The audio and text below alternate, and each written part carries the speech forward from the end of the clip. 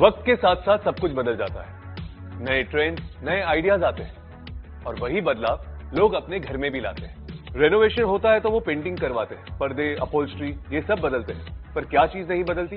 Furniture, खास तौर पर फिक्स फर्नीचर जैसे वॉल या ceiling panel, TV unit, wardrobe या फिर किचन कैबिनेट। जानते हैं क्यों? क्योंकि पुरानी लैमिनेट्स को उखाड़कर उस पे नई लैमिनेट को फिक्स करना मतलब ज्यादा समय, ज्यादा खर्चा, यानी महाझंझट। इसीलिए कस्टमर्स ये कदम नहीं उठाते और आप भी ऐसी साइट्स लेने के लिए कतराते जहां इतनी झंझट हो। पर अगर मैं आपसे कहूं कि बिना पुराने लैमिनेट को उखाड़े उस पर नया लैमिनेट फिक्स किया जा सकता है, जिससे कस्टमर के पूरे घर को नया लुक मिलता है और आप भी पुराने लैमिनेट को उखाड़ने से बच जाते हैं, तो आप पूछेंगे कैसे? फेविकॉल रीलैम्प से। देखिए, फेविकॉल रीलैम्प दे पुराने लैमिनेट पर नए लैमिनेट को फिक्स करने की आजादी, वो भी एकदम आसानी से। तो देर किस बात की, आइए देखते हैं फेविकॉल रीलैम्प को इस्तेमाल करने का सही तरीका। जिस पुराने लैमिनेट पर नए लैमिनेट लगाना हो, उसके सरफेस को पहले अच्छी तरह जांच लें। ग्रीस या तेल को साफ कर लें।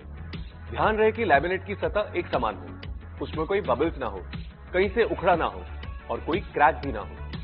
अब इस लैमिनेट कटर से सरफेस पर ऐसे चीरा लगाएं। ध्यान रहे हर चीरे के बीच आधा इंच का फासला होना चाहिए। अब पुराने लैमिनेट को एक साफ कपड़े से अच्छे से साफ कर लें। फेविकॉल रीलैम्प के कार्ट्रिज के नोजल को बीचों बीच काट लें और कार्ट्रिज को सीलिंग गन में लोड कर लें। अब इस गन से फेविकॉल रीलैम्प को चीरों पर लगाएं। अगर सरफेस पर कहीं छेद हो तो वहां ज्यादा ग्लू डालकर उसे भर लें। अब फेविकॉल रीलैम्प को इस बड़े दांतों वाले स्प्रेडर से फैलाएं। अब नए लैमिनेट को पुराने लैमिनेट के सरफेस पर फिक्स कर लें। अब एक साफ कपड़े की मदद से लैमिनेट पर उचित प्रेशर डालें। अब लैमिनेट को एक बार उठाकर देख लें कि ग्लू नए लैमिनेट पर ट्रांसफर हो गया है या नहीं। अगर ग्लू ट्रांसफर नहीं हुआ तो वहां वापस प्रेशर दे, जिससे सही मात्रा में ग्लू ट्रांसफर हो जाए।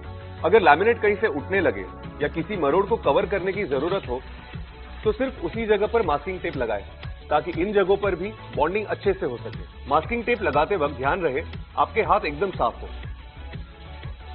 6 से 8 घंटे बाद आप रंधा कर सकते हैं और 24 घंटे बाद कटिंग कर सकते हैं।